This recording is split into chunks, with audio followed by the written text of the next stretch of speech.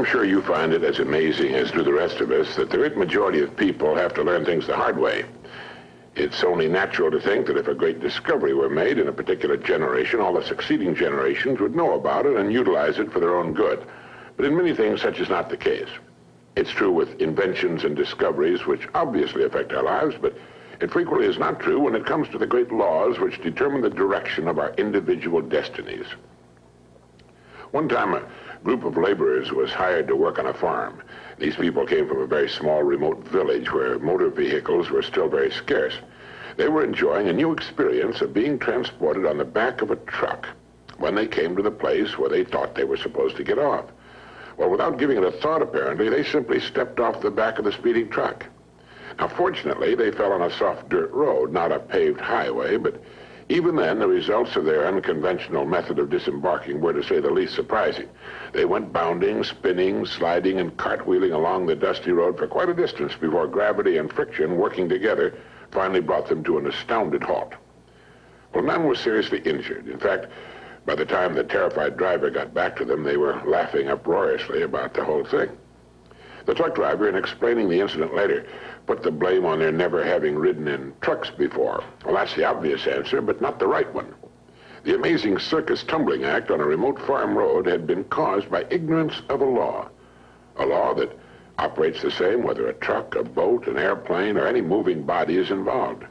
Sir Isaac Newton gave us the law, and it goes like this. A body in motion tends to remain in motion until acted upon by an outside force. When the workers stepped off the back of the speeding truck, they were going the same speed as the truck itself. The outside force was gravity, which pulled them down to the road, still traveling at the same speed. And, well, you get the idea. They had been hurt, confused, frightened, and turned upside down because of their ignorance of a law of physics. They might have been killed. Now, all over the world, there are millions of people who are being hurt, confused, frightened, and whose lives are turned upside down because they don't understand the principal law on which everything in the universe operates. The law of cause and effect. This law has been written thousands of times by the greatest minds the world has produced, and as a result has appeared in many forms. For our purposes, it might best be put this way. Our rewards in life will always match our service. It's another way of saying, as ye sow, so shall ye reap. And it's been written in many ways, in every language on earth. I like to think of this law in the form of a giant apothecary scale. One of the bowls is marked service, and the other is marked rewards.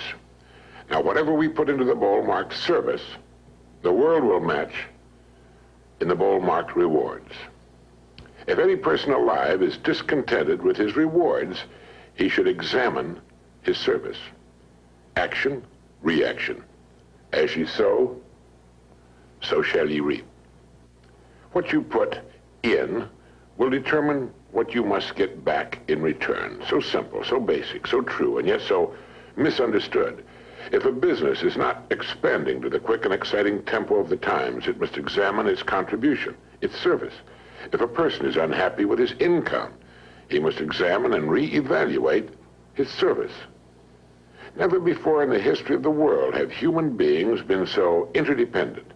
It's as impossible to live without serving others as it would be to live if others were not constantly serving us. And this is good. The more closely knit this interdependence becomes, the greater will be human achievement. We all seek rewards, and we should understand that rewards come in two forms, tangible and intangible. That is, rewards include the money we earn, the home we buy, the car we drive, the clothes we wear, and they also include the way we feel, our happiness, our peace of mind, our inner satisfaction, the people we meet and enjoy. But remember this, whatever it is you seek in the form of rewards, you must first earn in the form of service to others. All attempts to abrogate, to sidestep this law will end in failure, frustration, and if maintained long enough, ultimate demoralization.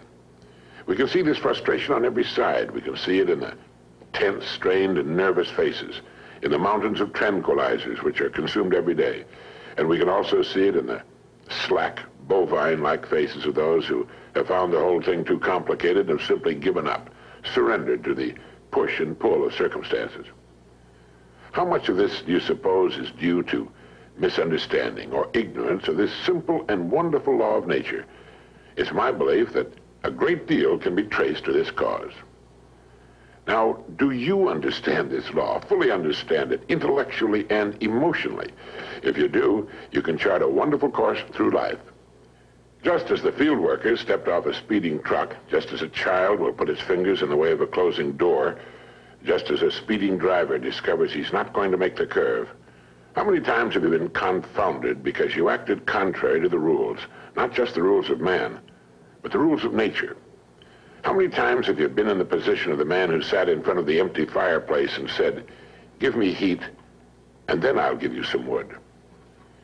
People seem to be divided into those who understand that the wood must be put in before they can expect warmth, and those who feel they should get warmth whether they put anything in or not, or who feel they should get maximum heat from too small a supply of wood. A man's discontent can be said to be represented by the distance between what he has and what he wants.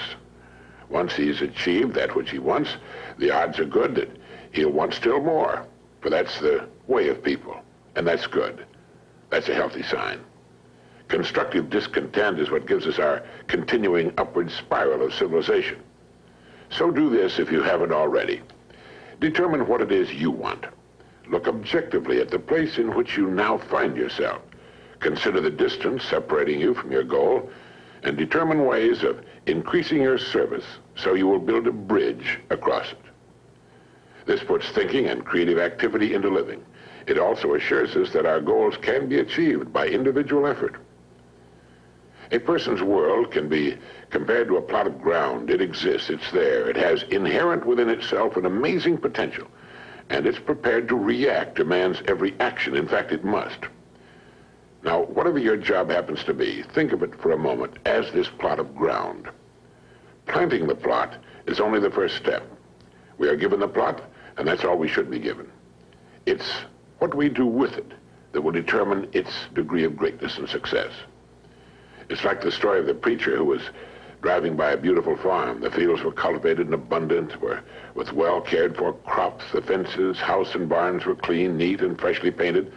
A row of fine trees led from the road to the house, where there were shaded lawns and flower beds. It was a beautiful sight to behold. So when the farmer working in the field got to the end of a row near the road, the preacher hailed him and said, "God has blessed you with a beautiful farm." The farmer stopped and thought a moment and replied, "Yes, he has, and I'm grateful. But you should have seen this place when he had it all to himself." You see, the farmer understood that he had been blessed with a fine farm, but he was also aware that it was his own love and labor which had brought it to its present state. In thinking of ways of increasing your service, read books on your specialty. Read what others have found to work well for them. But at the same time, think of original and creative ways of increasing your service, ways that are unique with you and the way you are. Each morning and during the day, ask yourself this question: how can I increase my service today? Knowing that my rewards in life must be in exact proportion to my service. Now do this every day, and you will have started to form one of life's most valuable habits. Horace Mann wrote, "If any man seeks for greatness, let him forget greatness and ask for truth, and he'll find both." You see, you can cut away all the confusion and complications and nagging worries and vague, half-formed fears by returning to the great truth, the great laws, the great verities on which all success, all accomplishment, the whole world is built. If you're worried about your income or your future, you're concentrating on the wrong end of the scale. Look at the other end. Concern yourself only with increasing your service, with becoming great where you are, and your income and your future will take care of themselves. In William James' essay on vital reserves, he wrote, "Compared with what we ought to be, we're only half awake. Our fires are damped, our drafts are checked. We're making use of only a small part of our possible mental and physical resources." Stating the thing broadly, he went on, "The human individual thus lives usually far within his limits. He possesses powers of various sorts which he habitually fails to use. He energizes below his maximum, and he behaves below his optimum." All right, how can we correct the situation? William James gave us the answer. He wrote, either some unusual stimulus fills them with emotional excitement, or some unusual idea of necessity induces them to make an extra effort of will. Excitement, ideas, and efforts, in a word, are what carry us over the dam. All right, let your goal represent the excitement. Your ideas and efforts will weigh down the service end of the scale, and the rewards must and will follow. They'll be yours. They are yours the moment you realize this truth.